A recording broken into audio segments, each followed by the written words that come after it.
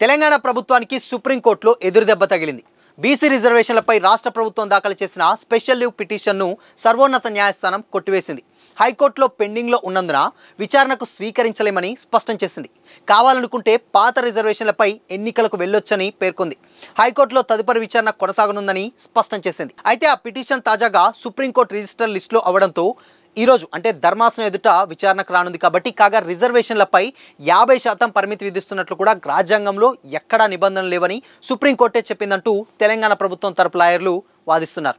ఇక పలు రాష్ట్రాల్లో రిజర్వేషన్ల అంశాలను కూడా స్పెషల్ లీవ్ పిటిషన్లో కూడా ఏజీ సుదర్శన్ రెడ్డి ప్రస్తావించారు.